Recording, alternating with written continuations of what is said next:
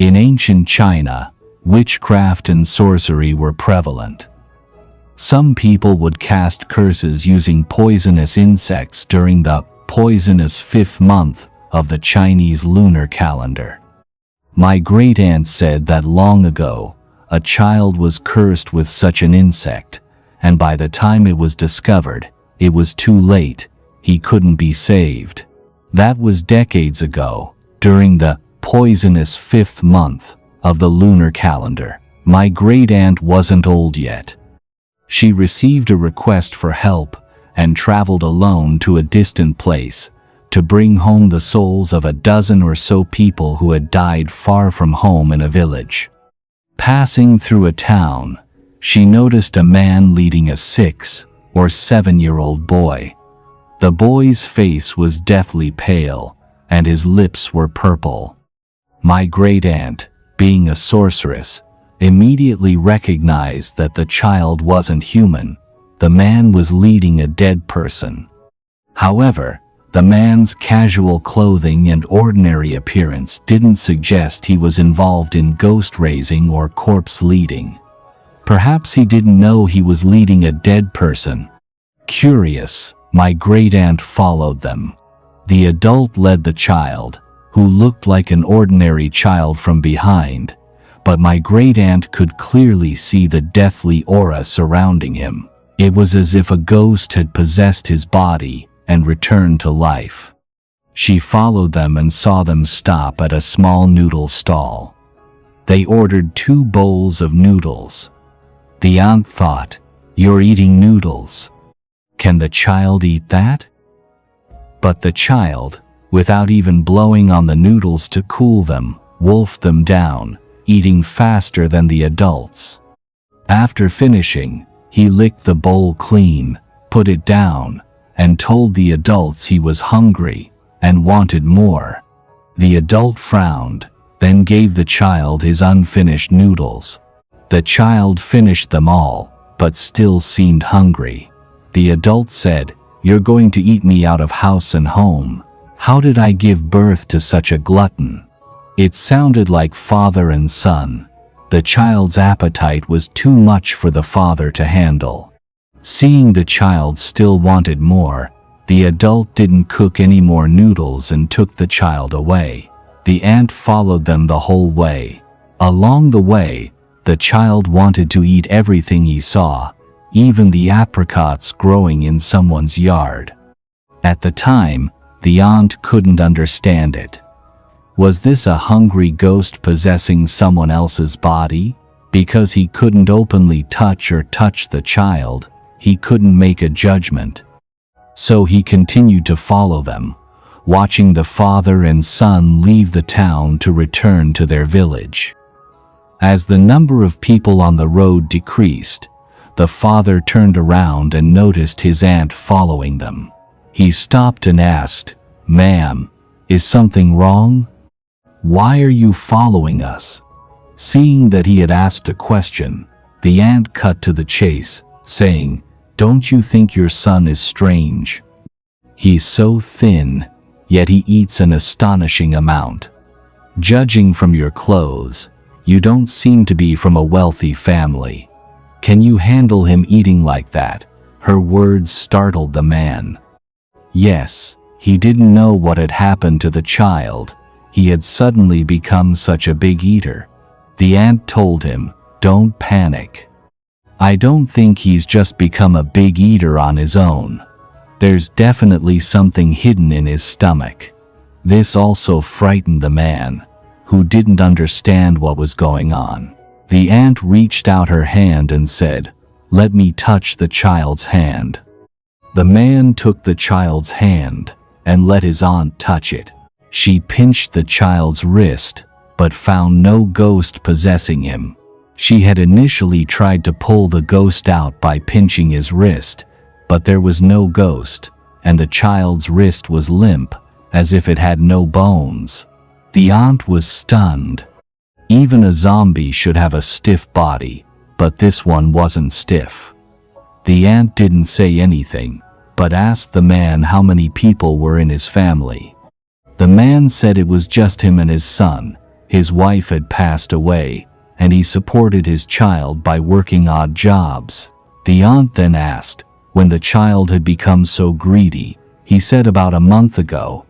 Had anything strange happened before that month, or had the child encountered anyone?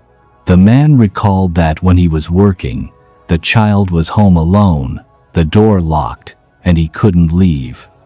The aunt then asked, "Have you offended anyone?" The man shook his head, saying no, he was an honest man, and hadn't offended anyone. The great aunt knew the child was dead, but she couldn't bear to tell him. She knew he wouldn't believe her son was dead. She needed a suitable opportunity to convince him. So, she told the man, "Take me to your house. I want to see if there's anything unclean there." The man took her home. Strangely, she didn't find anything particularly unclean. The problem remained with the child. He touched his mouth and said he was hungry. The man had to cook him noodles again. After serving the noodles, the great aunt didn't let him eat. She first drew a talisman, mixed the talisman water into the noodles, and fed it to the child.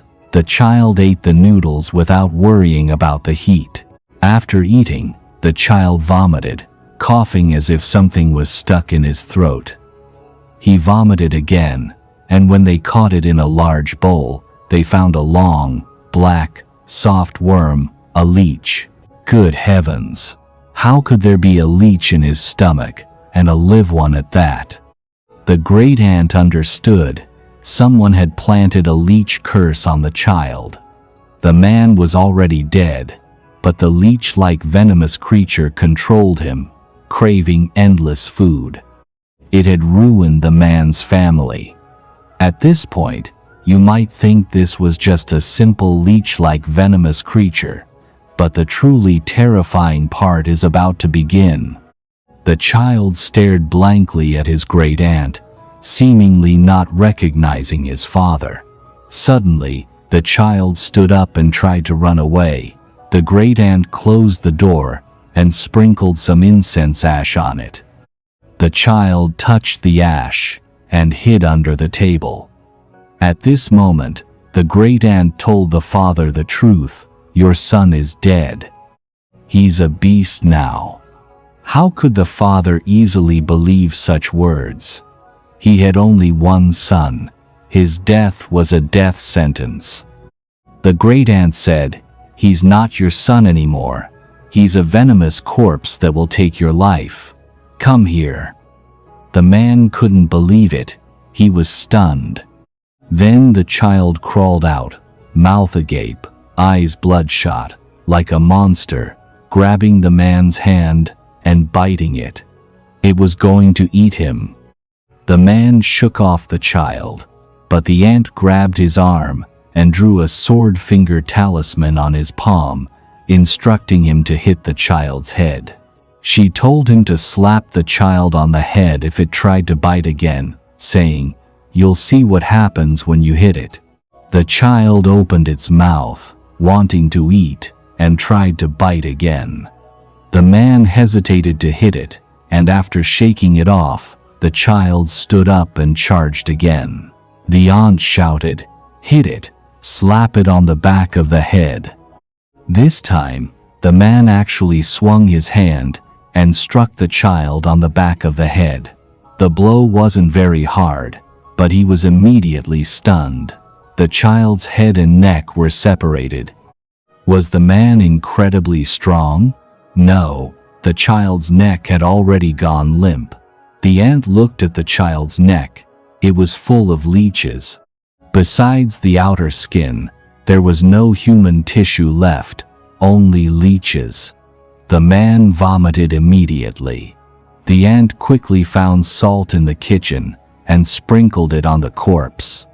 She chanted incantations and burned talismans, finally wrapping the corpse in cloth. The man, too weak to even cry, collapsed to the ground, clutching his child, speechless. His great aunt asked, "Do you know anyone who practices witchcraft?" After a long pause, the man finally admitted it. He said that before he married, a woman from a neighboring village liked him, and he liked her too. However, her family practiced witchcraft, and people said her whole family was abnormal, so his parents disapproved and forced him to marry another woman. The witch didn't say anything, but whenever she saw the man, she glared at him fiercely. Furthermore, her face was covered in more and more scars.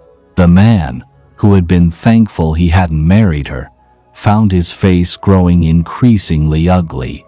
Soon after, his wife gave birth, but when the child was 3, she inexplicably died in her sleep. When she woke up the next morning, her body was crawling with flies, and her mouth was infested with maggots. He didn't make a fuss and buried her, raising the child alone. 3 years later, the child's death was even more tragic than his mother's. He said bitterly, "This is going to kill my lineage." He seemed to now understand who was responsible. His great-aunt said, "It must have been the woman you didn't marry before. The person who uses poisonous insects will have a very ugly face, and it will only get uglier. You didn't marry her, and she didn't want to marry you either. She must have thought it best to end things so you wouldn't suffer either. Next, she'll kill you."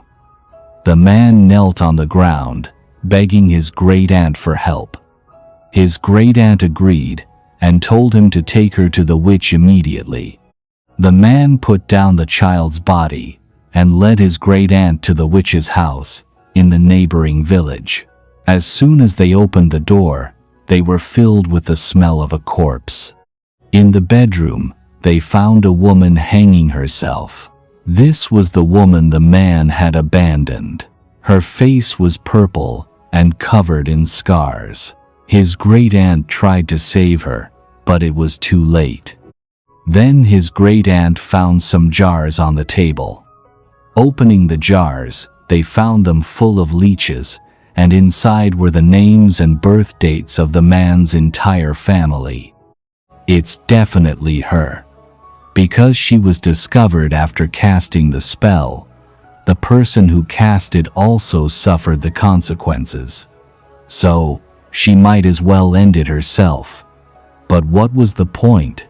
Harming others ultimately harms oneself.